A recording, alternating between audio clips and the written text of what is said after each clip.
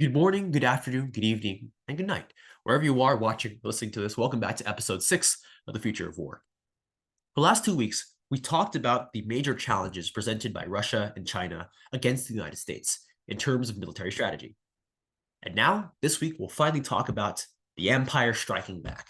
How will America reconfigure and fundamentally change the way it fights, the way it thinks, the way it configures and plans for military operations in order to ensure that in the future we can assure US military dominance? So let's begin. Our lesson objectives is that first we'll understand how multi-domain operations can counter layered standoff. Then from there, we will prepare for War Game 1 in class. So, multi-domain operations, right, is the US response to the problem of layered standoff. Layered standoff, right, is the idea that all of the strategic problems that are posed by Russia and China, we kind of collapse them into one umbrella term. And so let's kind of analyze that umbrella term even further. So layered standoff fundamentally consists of two problems. One is that hybrid warfare, right? That new generation warfare with the Russians, the three warfares concept with the Chinese, that consists of cyber warfare, information operations, very kind of a sneaky, low-key, deceptive tactics in the human domain to convince people to go against whatever the United States wants. And on top of that, too, the use of little green and little blue men. We talked about how in Russia, the little green men back in Ukraine in 2014 were Russian soldiers who took off any flags, any unit insignias, and they would essentially claim to be Ukrainian self-defense forces in order to confuse people on Russia actually intervening. On top of that, too, the little blue men, the quote-unquote Chinese fishermen in the South China Sea that are supposedly civilians that do the bidding of the Chinese Communist Party. They harass anyone that tries to go into Chinese territorial claims. And the result of all of that is that it'll slowly weaken political unity and within countries like the United States. So basically tearing people against each other. On top of that, too, it also weakened political alliances as well. The thinking here is that the United States does not have a formalized doctrine on how to counter a lot of these hybrid warfare things. Now, if Russia or China waged hybrid warfare against an ally of the United States, and the United States doesn't know how to respond to that because, well, the only option we have, right, is a conventional military response, which is too heavy-handed against a lot of these hybrid warfare strategies, then the ally in question will feel like the United States cannot protect them, and that will weaken the alliance between the US and that ally in question. And the result is that you slowly strangle American strength over time. You do all of this in a way that's less risky, that will lower the risk of also open conflict with the United States and nuclear escalation as a whole. Now, the other half of layered standoff is the idea of anti-axis air denial weapons. So any anti-ship, anti-air, anti-satellite, any cyber weapons that are designed to make military intervention way too bloody and way too expensive in terms of loss in men and material. The result is that American forces are shattered and Chinese and Russian military units are able to seize their objectives. It'll buy them time in order to do whatever it is they need to do. The other effect is that American forces could also potentially be deterred.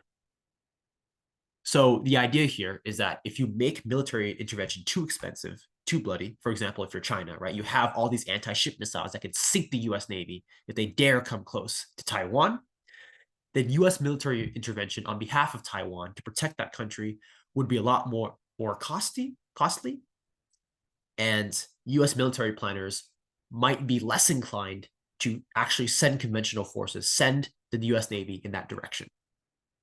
Okay, cool.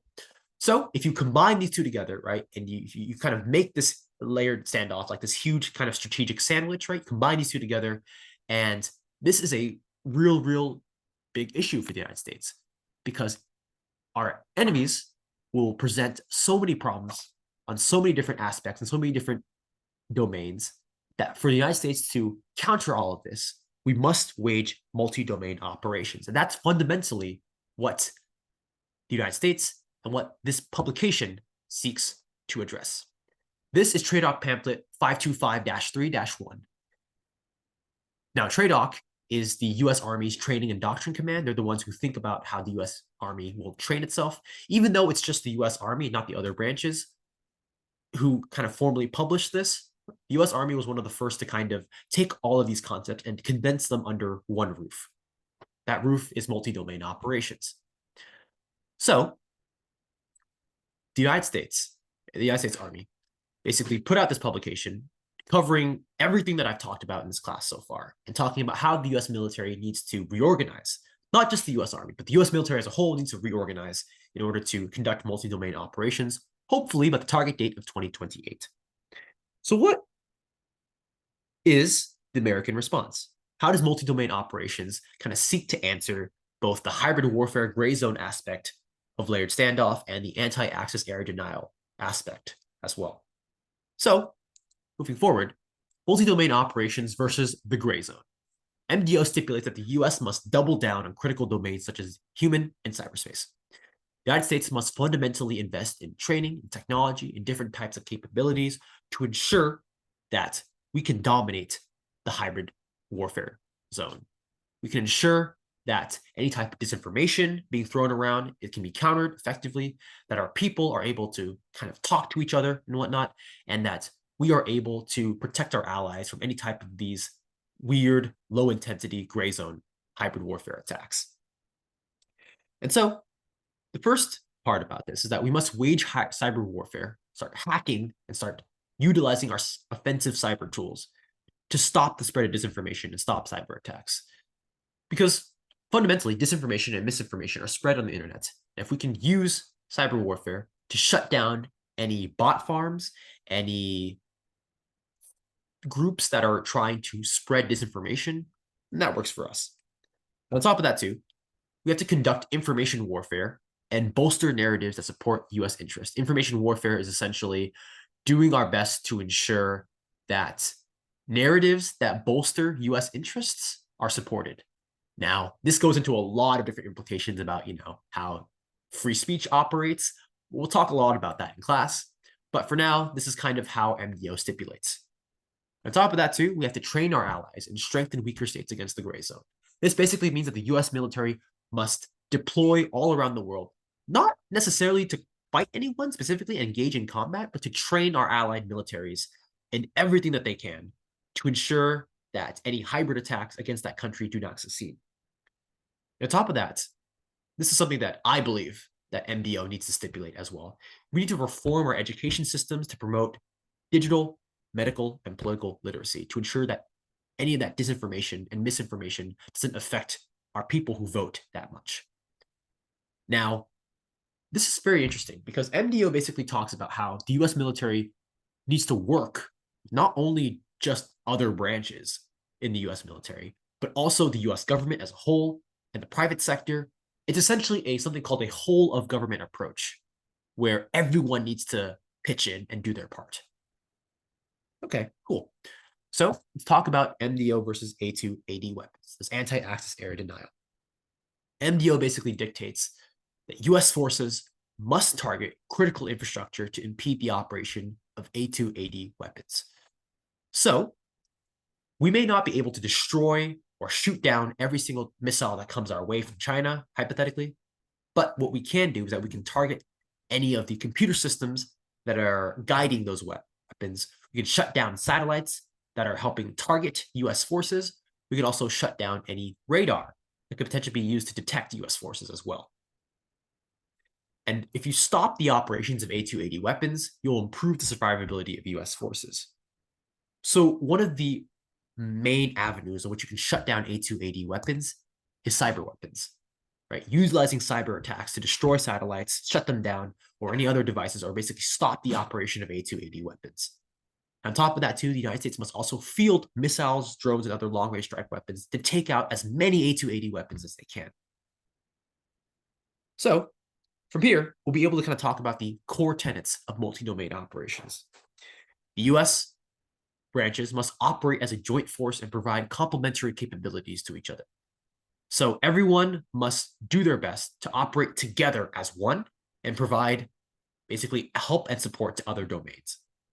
It's kind of like the US military must operate as a very, very well-oiled Voltron. If you guys don't know, Voltron's like it's a cartoon where a bunch of machines come together to create one giant robot.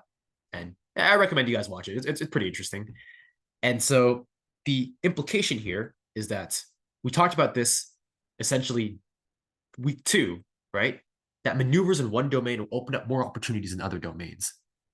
Now, the interesting thing here is that in the future, if you are a US Air Force officer, you can't just be thinking about, oh, what can I do to achieve supremacy in the air domain, right? What can I do as to improve my job, but only in the air domain? You also have to start thinking about, okay, how can the Air Force help out the Navy? How can the Air Force help out the Army, the Marines Corps, so on and so forth? You need to be able to ensure that your military leaders in the future are fundamentally able to kind of think simultaneously in different directions about how they can support the overall joint force. Now, this is interesting because before, the way US military operations operated was that you would have phases. So like the US Air Force will go in, do their thing, and then the US Army will then go in a separate area, do their thing, and then they'll kind of do their best to kind of coordinate between each other. But even though that worked in the past, in the future, everyone needs to be operating in this joint force. There's no such thing as just operating solely 100% as just a single branch anymore. And on top of that too, the idea is that if you maneuver in one domain, you'll be able to combine attacks and maneuvers in different domains to present multiple dilemmas to the enemy.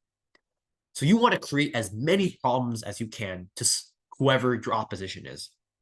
For example, let's say, for example, you are a Chinese naval vessel.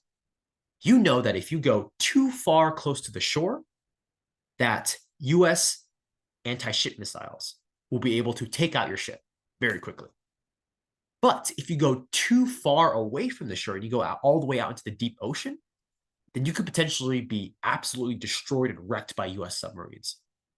So there are two different domains that are going on here, the sea domain and the land domain, and the interaction between those two present those dilemmas to the enemy. There's a million different other permutations and combinations about how to present multiple dilemmas to the enemy, but the main implication from there is that multi-domain operations will require unprecedented cooperation amongst the branches. And every branch must invest in technology and training and capabilities that may affect other domains. So let's talk about some of the investments that are helping to strive to multi-domain operations. We're not going to cover all of them in today's lecture, but we will talk about some of the main goals of how the US military is investing in their technology, right? Because technology is the thing that kind of enables the future of warfare. So first and foremost, investments in something called sensors, or basically any type of, let's say, for example, radar, any type of satellite, any type of ability or technology that could rapidly detect the enemy. The idea here is to find your enemy first in order to give you more time to shoot first. And if you shoot first and you kill first, then that gives you a fundamental advantage in the future of warfare.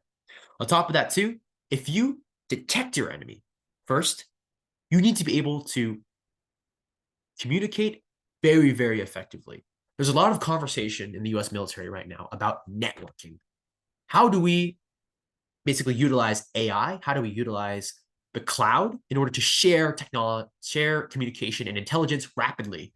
So if, for example, if all the way inland, a special forces unit spots a huge column of Chinese tanks in a reconnaissance mission, how do you rapidly take that intelligence and you spread it across the entire of the joint force that's operating in that area so that everyone knows, hey, there is a Chinese tank column rowing in this direction. Let's put together a plan on how to take them out.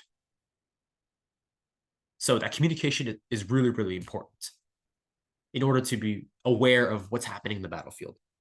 And on top of that too, once you have these sensors and you're able to detect the enemy and you're able to rapidly kind of communicate between your teammates and your other branches on, where the enemy is, what the size of the enemy is, you need to be able to field easy to use weapons that can link up with the overall network. So weapons that can quickly be used, quickly be resupplied, quickly be maintained, so that you can go ahead and just quickly target and kill the enemy. So that's the end of our lecture for today. We'll have a lot more in-depth conversations about the implications and the directions of multi-domain operations in class. So I'll see you all there.